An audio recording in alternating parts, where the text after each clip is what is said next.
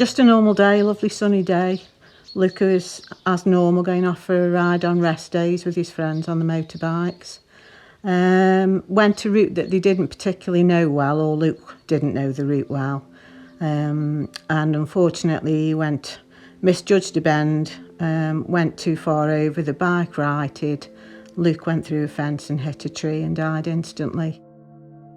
I was at work when I found out, and the kids came to me. And I didn't know, because I'd been out with a young lady that I was caring for, and got back and went in. Her mum just said, just go in. And the kids were all there. Luke's wife, Abby, and Adam and Katie, and Adam's wife, Katie, were all there, and they were all just crying. And I knew straight away, I just had that feeling.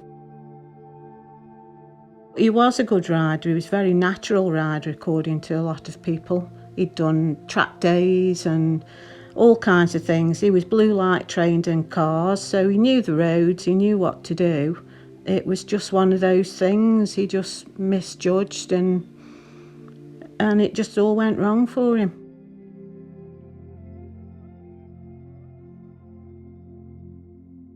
Well, Luke already knew about DocBike. The group of lads that all rode together knew about DocBike. They'd met Ian Mew, Dr. Mew, down in Dorset at an event. So they did know, and they knew about the charity, and they'd even said before about doing something to raise money.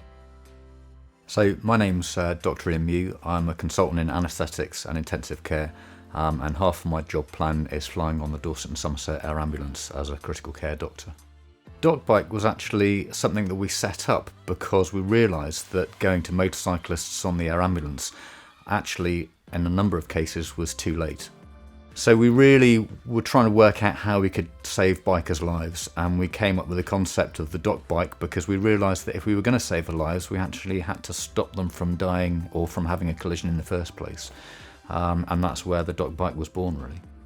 We were approached by some of the police officers up in Staffordshire because Luke's family, his mum, Carol, obviously they're devastated by Luke's death, and they wanted to do something so that Luke's name lived on, and so Luke's legacy was born. We met with Staffordshire Police, and they donated an ex-fleet bike. They train our riders, and they provide the PPE for the riders too. We've had it all liveried up, and it is actually #Luke's Legacy is the name of the bike, and we've got a doctor, and we've got an advanced paramedic who ride for us.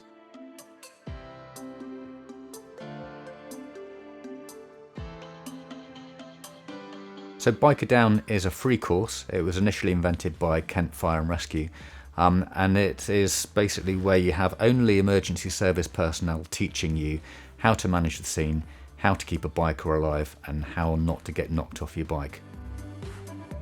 And then what works really well is the police motorcyclist that runs the Bike Safe course teaches the bit on how not to get knocked off your bike.